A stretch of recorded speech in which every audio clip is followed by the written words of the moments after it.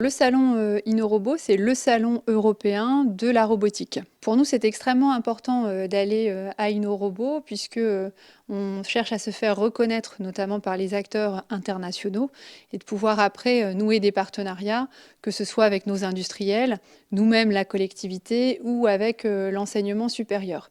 Tout le monde de la robotique, en France et à l'international, était présent sur InnoRobot, à la fois les fédérations de robotique, les groupes fabricants, mais aussi tous les programmes de recherche et puis les startups aussi innovantes. Donc on était là-bas d'abord pour faire du réseau. Donc c'est ce qui s'est passé. On a emmené des entreprises locales. 3 entreprises locales sont venues avec nous et pouvaient aussi aller à la rencontre d'un certain nombre de partenaires. L'autre objectif aussi, c'était de rencontrer les délégations internationales. Il y avait à peu près 22 délégations internationales. Nous avons vu tous les pays et on a pu présenter exactement ce qu'on fait à Saint-Quentin, ce qu'on offre, puis peut-être espérer un jour que s'ils ont à penser à une implantation en Europe ou en France, ils pensent également à notre ville. Et puis la troisième chose aussi, c'est qu'on a toutes les plus belles technologies qui sont là-bas sur place.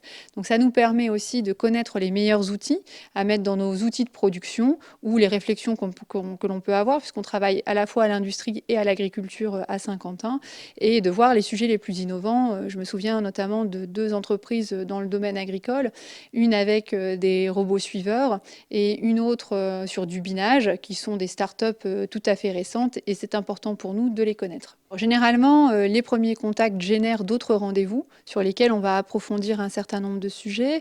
Notamment, là, j'avais un contact hier avec un Allemand sur la robotique éducative.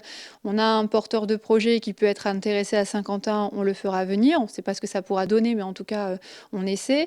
Avec les représentants européens, on veut aussi savoir comment fonctionnent les fonds européens en matière d'innovation. Est-ce qu'on peut en espérer des retombées sur le territoire? Donc ça aussi, c'est des rendez-vous qui vont se prévoir.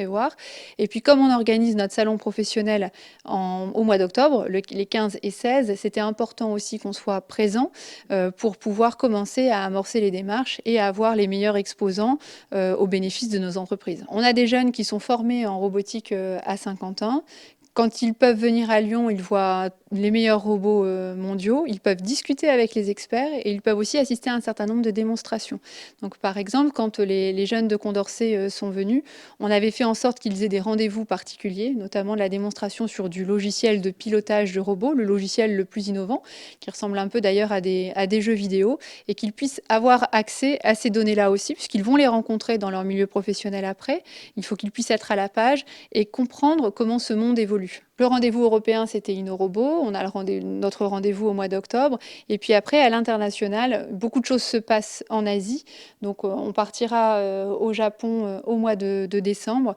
Là aussi, avec des projets très précis avec les groupes japonais pour nouer des partenariats. Et puis peut-être aussi avoir des partenariats entre des établissements scolaires japonais et saint-quentinois.